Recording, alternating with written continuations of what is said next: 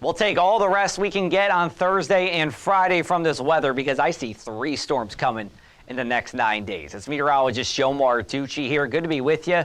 Let's go through this storm by storm. We'll look at Friday night, and this is pretty much a copy of what we just had Tuesday night, with wind the biggest concern and then some rain and coastal flooding as well. Then we have next Tuesday, and the snow lovers out there, you'll want to pay attention to this one. We could be talking about the Jersey Shore's first snow of the winter with this storm, and then next Friday, another nor'easter will be likely.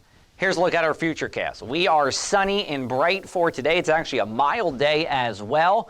Then as we go into Thursday night, we stay clear. Friday, not clear. Clouds come in, but at least we'll be dry. And then we'll be talking about that storm as we go into Friday night. Let's take a look at your bus-style forecast for your Thursday. Over at the inland areas, 33 at 7 a.m., 38 at 9 a.m., and we make our way over to the shore. We're talking about a good amount of sunshine as well. For your Thursday, bright and blue here with our sky. Temperatures around 50 degrees.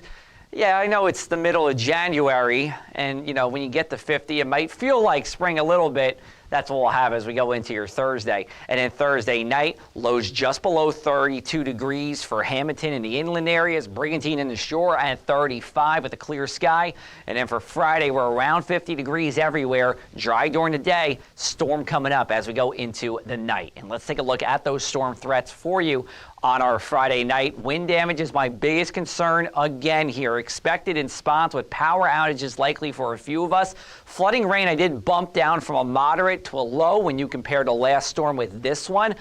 It's just not going to last as long, this storm. It's a briefer storm than the Tuesday night one, so less opportunity for that heavy rain to really settle in. Tidal flooding, yeah, we're expecting it again, and it should be moderate in a few spots. Let's take a look at our futurecast and our wind speeds. These are sustained winds, or the constantly blowing winds.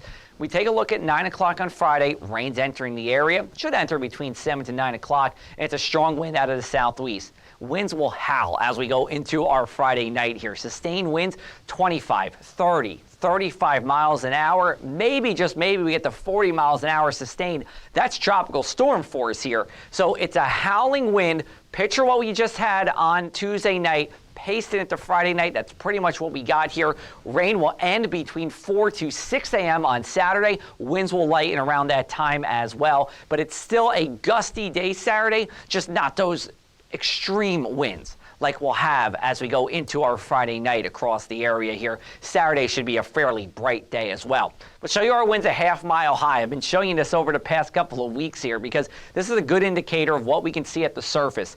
85 miles an hour in Cape May and in Atlantic City at 2 a.m. on Saturday. We won't see all that, but we could see up to 70 miles an hour that could mix down to the ground here and give us a gust that could bring damaging winds and power outages. We have that coastal flooding as well. Should be minor flood stage for Cape May and Atlantic counties here. You see Atlantic City. This is what it looks like during minor flood stage. Those yellow and orange spots are the areas where there would be tidal flooding. Then we go up to Ocean County, where again, we're probably talking about moderate flood stage here. You see some of these low-lying areas in yellow.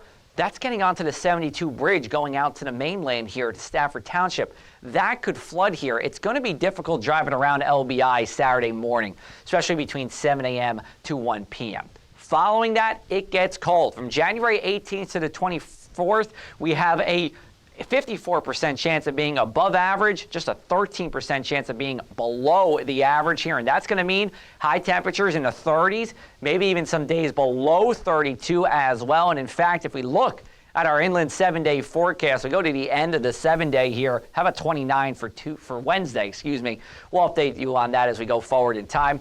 We are dry for Thursday, Friday. Storm at night here. Saturday's a dry but windy day. Pretty much the same story for Sunday, but you see these temperatures taking a tumble as we go into our Martin Luther King Jr. weekend. And then we look at the shore 7-day here. Pretty much the same story with our numbers. And there's Tuesday, that wintry mix that I do expect from some kind of nor'easter. I don't know how strong it's going to be. Right now it looks to be a fairly weak nor'easter, but if you're a snow lover in South Jersey at the Jersey Shore, this will be our best chance of accumulating snow out of the previous 5 storms we've seen.